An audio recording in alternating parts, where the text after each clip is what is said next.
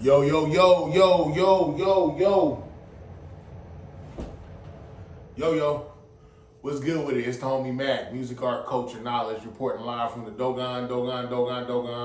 It's the homie Mac, man. You know what it is. Each one teach one, peace and love. Uh, Another session of Mac Minutes.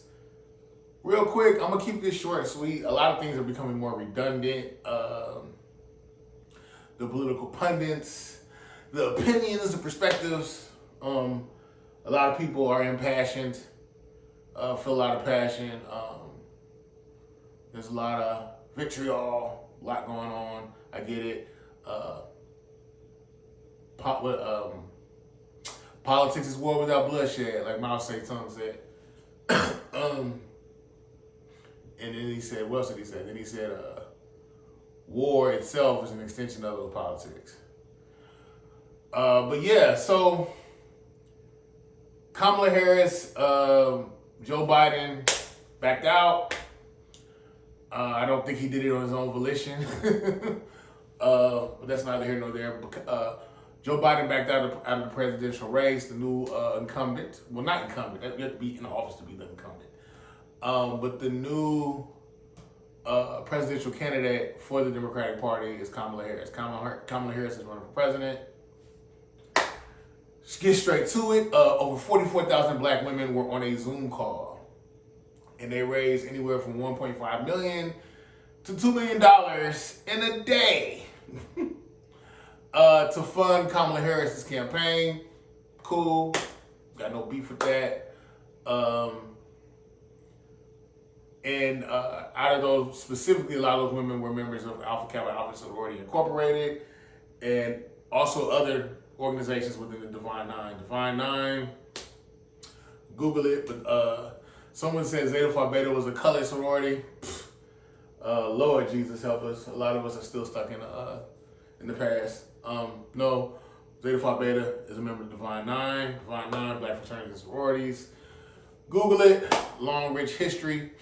But yeah, I salute the black women, not only that were from those organizations, but black women that were just felt a clarion call and wanted to put their resources towards a cause. I respect it. I guess my thing now, I kind of wonder, like, well, damn, if black women can raise that kind of money, and then on top of that, I heard black men raised some money as well. I want to say upwards towards the millions. So my thing is, black people, we have the resources to liberate ourselves. Politics. What was it? Noam Chomsky said, "Government is the shadow cast by big business." So essentially, all this stuff is economic. You know, you can have as much freedom. You can have as much freedom and self-determination as you can purchase. Elijah Muhammad, Marcus Garvey, they laid the blueprint. Do for self. Black man, do for self. Don't wait for a government official to do your bidding. Again, politics yields to economics. This is about money. Again, I'm not saying don't vote. Vote. Go to the polls. Stroll to the polls. Twerk to the polls. All that stuff. Go do it. But make sure you get something for your vote. Politics is not a gift. Politics is an exchange, quid pro quo. I don't feel like we live in a democracy in the truest sense. I feel like we live more in an oligarchy. Oligarchy being government ran by the few, and the few seem to have a lot of money. I find it hard to believe that I have contributed not zero, nothing, no money to Kamala Harris's campaign, no money to Trump's campaign. I find it hard to believe that someone such as myself, a U.S. citizen who may not have made any financial contributions in mass or even just for themselves, somehow hold as much weight as those who have committed. The guy from Netflix, one of the owners of Netflix, I think he donated $7 million to Kamala Harris's campaign. My thing is this: I said this. I'll say it again. Politics yields economics. Politicians are bought. The narrative I've been pushing, my whole mission statement has been: black people need to put our money together to by a politician, so they would have an economic incentive, not a moral incentive, because morals is there will be an economic incentive for them to do our bidding as black people. Yeah, so a lot of other people, a lot of other races, they put their finances together and they understand compound interest. I'm not going down a rabbit hole. I know some black people will say, Boule, Divine Nine, black elitism, Coombs to white supremacy. They function at the behest of the white power structure. No, I don't think that. I think there are some black people who have money, have resources, are college educated, that love black people. Is elitism real? Yes. Is classism real? Yes. Even amongst black people, amongst ourselves? Yes. I don't negate that. But I just think we're starting off on the wrong foot if we think that we're not even capable of doing right towards each other. Or the people who have the money and the resources don't have a black interest. I don't believe that. I believe in us. But yeah, the fact that black people could put this much money together, let's take that same energy to build our own infrastructure, our own institutions, our own schools, our own hospitals, our own grocery stores, to become a self-sufficient demographic. You know, you go to a lot of places, they got a Chinatown. There are other ethnicities that have created an economic power base, and they use it to their own benefit, as they should. All I'm saying is, black people, we need to get on the same hype. Everybody want to wear Black Wall Street shirts, say my melanin is popping, all these catchphrases about how much you love black people. Okay, you love black people, create an infrastructure for black people, because it's a domino casualty. Politicians do the bidding of those who finance them.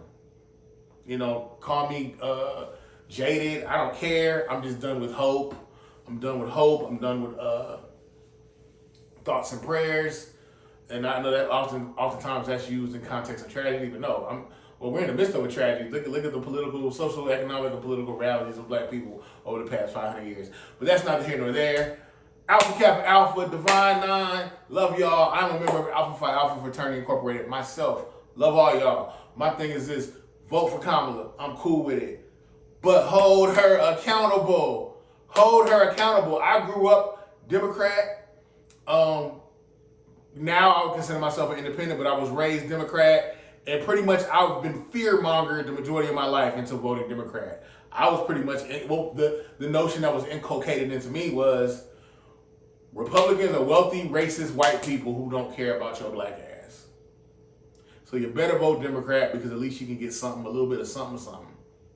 My thing is this: you see the flag, Black American Heritage flag in the back. I am ADOS, FBA, Foundation of Black American. We built this country. We literally turned this country into a thriving a thriving global economic superpower, and that residual effect is still in motion to this day. Okay, so we deserve something for our votes. We give money to the state of Israel every year. We give money to Ukraine. We give money to all these different places. We have the means. We may not have the character, but we have the means as a country to pay black people reparations. And I don't think reparations should just be a dollar amount. Reparations should be policy as well, not just money. Don't just throw a check at me. Give me policy too. We need to be a protected group as African Americans. But yeah, so back to it. I'm not a fan of Kamala Harris, but I don't like Trump in the sense that Trump has emboldened a lot of white supremacists to be confidently white supremacists. And I've heard some black people say, well, yeah, we know them Republicans don't like us. They don't like us. But maybe there's one thing that we can get from it. At least maybe we can get some money, some jobs, some opportunity. But that's not, but ultimately, I'm saying that to say some people will vote for Trump because it's like, okay, if I can get one thing that'll benefit me economically, okay, I'll vote for Trump. My issue with Kamala, yeah, she was a prosecutor. What's their job? To prosecute people. She also was a district attorney. I believe. Yes. And there were laws, policy that she created that disproportionately impacted black women negatively in the state of California. Specifically, truancy laws were created. Who was impacted the most by that disproportionately? Single black mothers. So you had a lot of kids, you had a lot of mothers, black women who were getting arrested, losing their jobs, becoming homeless, contingent upon these truancy laws that came about from Ms. Harris. You know, my issue is don't cosplay a black American.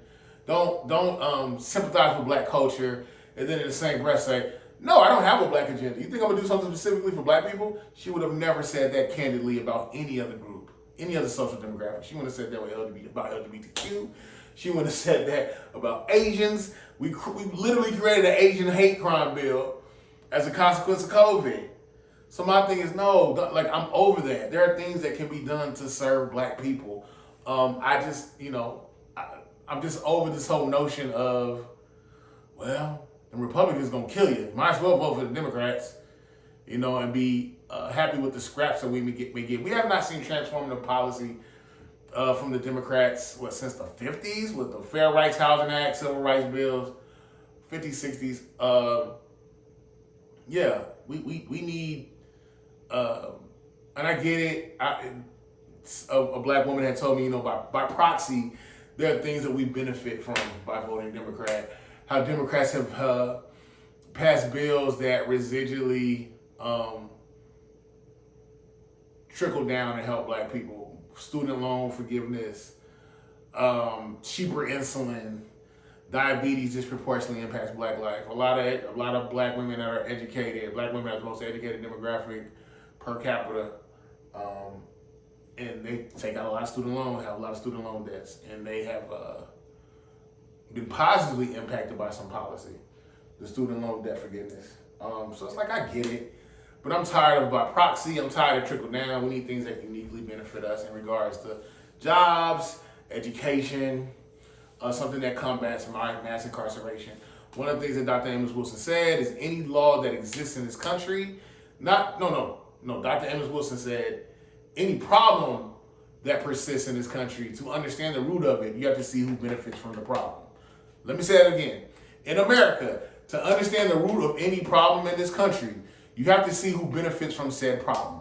Once you trace it down and you see who benefits from the problem, you see why policy is the way it is. Because at the end of the day, someone benefits from people disproportionately being impacted, negatively being impacted by things, disproportionately. In this country, mass incarceration, each jail cell that's filled, somebody's getting paid. So yeah, failure is big business in America. A group fails, they become the downtrodden, and essentially their tragedy, their failure turns into a currency, and it's commodified by the power structure of this country. Specifically prison industrial complex. But no, I'm on my Marcus Garvey, I'm on my Elijah Muhammad. Black people, we have the means to liberate ourselves. There's more work to do. I just think in 2024, I'm just saying, let's get something for our vote. Policy. I don't want to see a bunch of black women jump up and down. My Sarah, sister girl, and not get a damn thing from Kamala when you vote for her. I don't. And I'm not even gonna flex. Like, part of me wonders, like, we saw the civil unrest on January 6th from the Trumpers. I'm wondering, Kamala coming in this late in the game. I think the Democratic National Convention is in August? I think August or sometime after August or sometime after August. I'm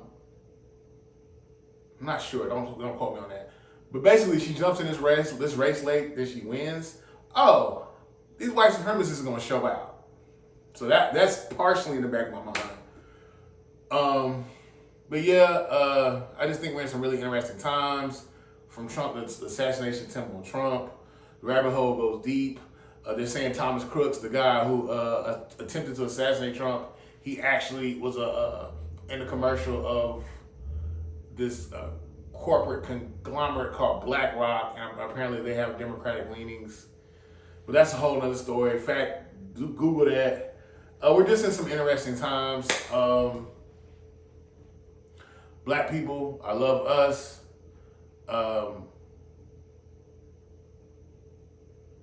I'm not telling you how to vote. I'm just saying, if you're voting for Kamala, don't buy into this. Oh, Ruby Bridges walked so Kamala can fly. No. We need policy. The symbolism, your baby, your children can't eat symbolism. Your children can't thrive on symbolism. They need policy. That's all I'm saying. Policy. It's the homie MACK signing out from the Dogon. Each one teach one, peace and love. Do your research. Do your Googles. Don't just be opinionated. Be informed. Again, Alpha Kappa Alpha, Divine Nine. Everybody that are sympathizing, supportive of Kamala, hold her to a standard. Hold her to a standard and make demands. That's all I'm saying. It's the homie MACK, man. Each one teach one, peace and love. Signing out from the Dogon.